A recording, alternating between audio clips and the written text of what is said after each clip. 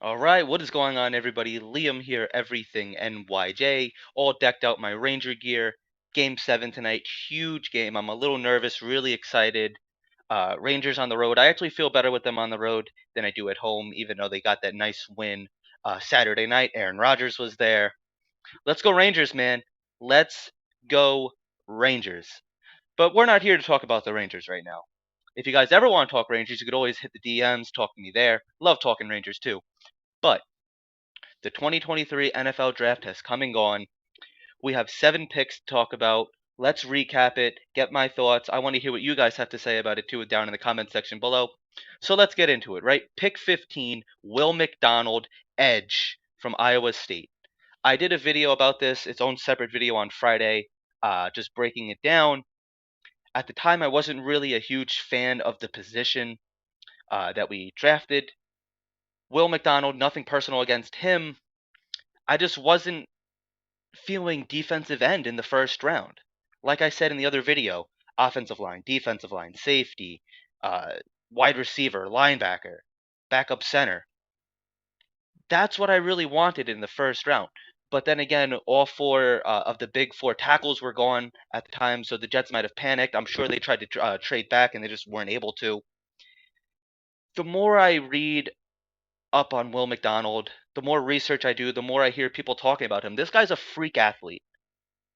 Maybe 8 sacks a year, 9 sacks a year. I mean, the guy's a freak athlete. He's jumping over cars.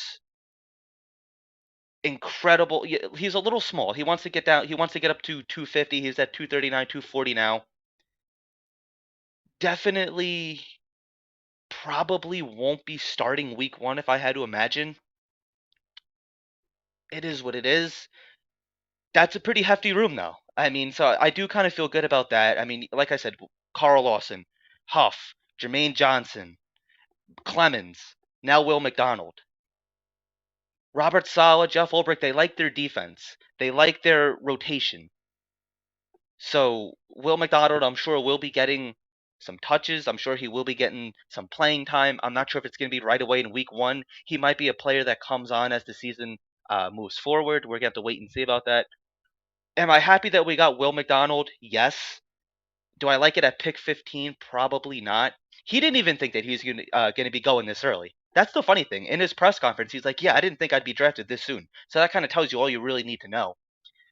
Do I like I said, do I like the player? Yes. Do I like the position that he was drafted, the number that he was drafted at? Not necessarily. But I do understand from the Jets' perspective what they were thinking there. He is definitely a freak athlete. Getting into pick 43, Joe Tippmann, offensive lineman, backup center from Wisconsin. This is the pick I was excited about. Definitely the probably best center in the draft. A lot of people wanted, a couple other guys, John Michael Schmidt, those kind of guys. I like Tippmann. I really do. I've heard a lot of good things about him.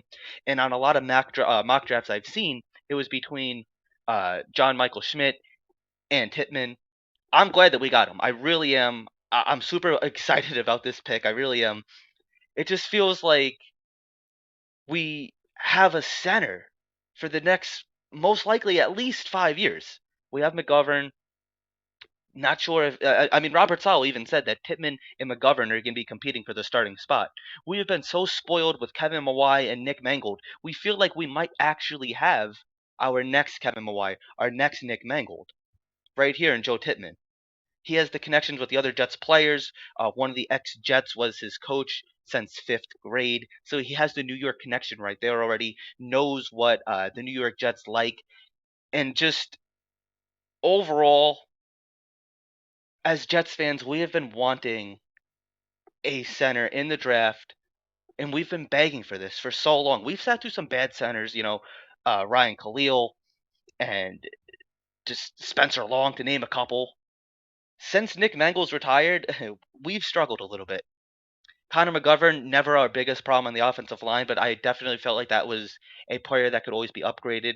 The center position could always be upgraded. Do I like Connor McGovern? He's back for 1 year. Don't hate the move. Would I be mad if he doesn't start? Not necessarily. And if a rookie does start over him, I mean, this isn't like an $8 to $10 million player that we're pissing off in Connor McGovern. if he's going to be a backup, I don't think that's the worst problem that the Jets have. So going all the way up to pick 120, Carter Warren, offensive tackle from Pittsburgh. I like it. Is he probably going to be seeing the field this year? Probably not. But this is what I've been saying. I wanted a lot of depth on the offensive line. We saw how much of a disaster and a mess the offensive line was last year. Mike White got his behind kicked out there. You think back to the Buffalo game, even the Minnesota Vikings game, and he's playing with the broken ribs. We have 40-year-old Aaron Rodgers coming here. He needs all the protection he can get up front.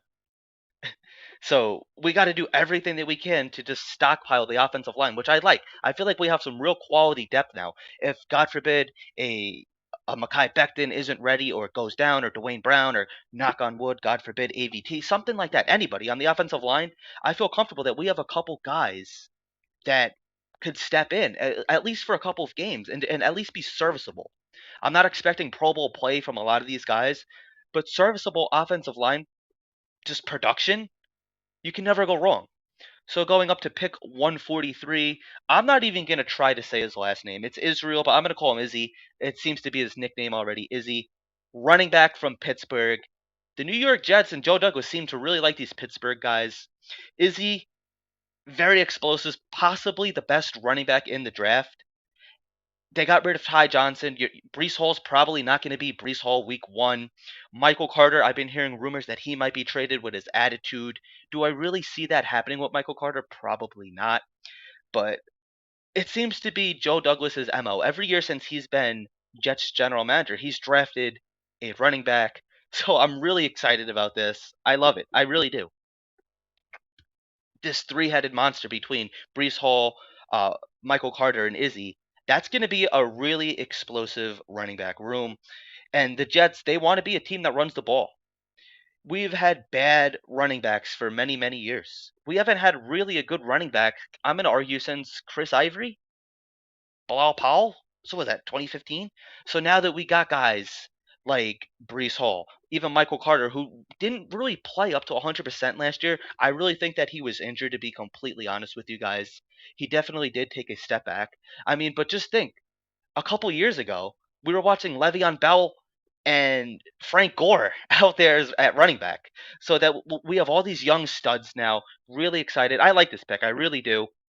Going up to pick 184, we have Zaire Barnes, who is a linebacker out of Western Michigan. I like it again. Most likely not going to be starting. I would like to see Quan Alexander come back. I really would. But you have guys like Sherwood and Najee.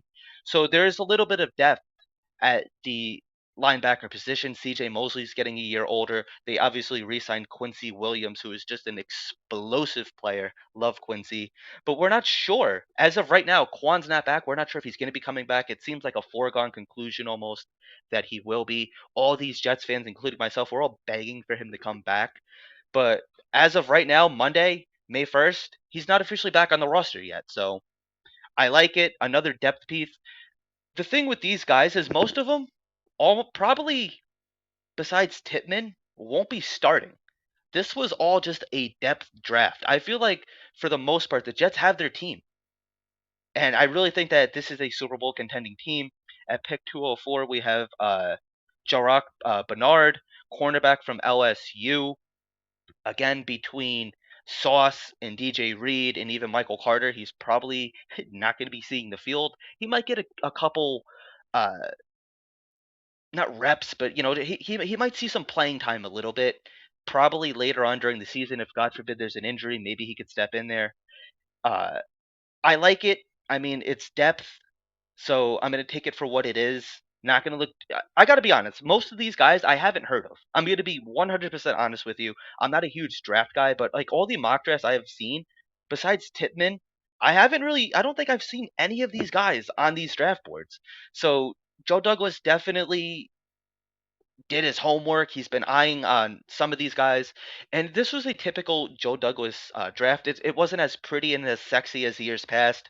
We probably don't have the offensive rookie of the year and defensive rookie of the year on this draft class. But I don't think as Jets fans we were really expecting that. I mean, last year we had picks 4 and 10, and then we just hit tons of second round picks and third round picks. Joe Douglas proved that he can find a lot of quality depth in the later rounds. Joe Douglas trading back with the Raiders just to acquire a couple more draft picks. I like it. This was a typical Joe Douglas draft, just not as sexy, if that makes any sense. So do I like the cornerback depth? I absolutely do. And then pick 220, tight end, and let's clear the air. It's Kuntz. It's Zach Kuntz. It's not Kuntz. It's nothing else. I'm sorry, I almost said C. Kuntz is Kuntz. It's not Kuntz. There's not an O in there. Zach Kuntz. Okay? Everyone just stop saying Kuntz. It's Kuntz. Tight end, I like it. I really do. I really think that Kuntz was the best tight end in this draft, and I really believe that. And we went from just really bad tight ends over the years. I think of guys like Austin Seferian Jenkins, Jeff Cumberland, Herndon, Croft, Griffin, Brown. We've had a lot of bad tight ends over the years. So finally, I mean, you can say what you want about Conklin. He does drop some passes. I think that he got better as the season went on. CJ Uzama was more of just a blocking tight end, but I really think that's because we had such a bad offensive line last year that we needed all the blocking help that we can get. But you got Jeremy Ruckert. We're not really sure what he's going to be because he didn't really play a lot last year, coming off of that knee injury, missed almost all of training camp, and now we have Kuntz. So also on the practice squad we have Kenny Yeboah. So we have some depth at the tight end position, and a tight end is a quarterback's best friend. We wanted, well, Aaron Rodgers wanted Mercedes Lewis. I don't think that's going to be happening at this point, but I think that there's plenty of tight ends for Aaron Rodgers to spread the ball around to, and not only that, but just some wide receivers. We have a really good team. I just want to say that I feel very confident in our team, and I think that we're in such a good position, and we have a lot of depth that a lot of these guys won't have to play this year. They could all sit and learn, and that these might be players that start to come on in years 2, 3, and 4. We might not see these guys right away, but they're gonna sit and blossom. We just got to water them, grow the flower. That's what I like to say. Just grow the flower. Give them plenty of sunlight. Let these guys marinate and just learn. Let them learn. Do I think that Zach Kuntz could be a tight end one sometime in the future? Yeah, maybe 2, 3 years from now, him and Jeremy Ruckert. How great would that be? Just two homegrown tight ends just tearing it up. I would absolutely love that. But overall, I'm gonna give this draft a C, possibly a B. Between a B and a C. I think a C is a little more likely just because we're not going to be having a lot of starting caliber players in this draft. That's not a bad thing. That's really not a bad thing because, like I said, all these players they could sit and they could learn and eventually come on. But going into this draft, I felt really good about the roster. I just feel like we have a lot more depth at the position now, which don't get me wrong, I love it. I really do. But just some questionable picks like the McDonald pick at 15, I was a little harsh on. The more I'm getting into Will McDonald, the more I'm reading and doing my research on him, I'm finding out that he is a pretty versatile player, a pretty good player. So it is what it is. I'm gonna give it a C. Let me know what you guys think down in the comments section below. Who do you guys think was the best pick to come out of this draft? My personal opinion is Joe Tippmann. I think he is the biggest upside. Let me know what you guys think down in the comments section below. Gino Italy Jet Pagano will be on with Anton Staley tonight at 8 o'clock Eastern time. Exclusive interview there, so definitely check that out. Stay tuned. We'll talk Jets soon.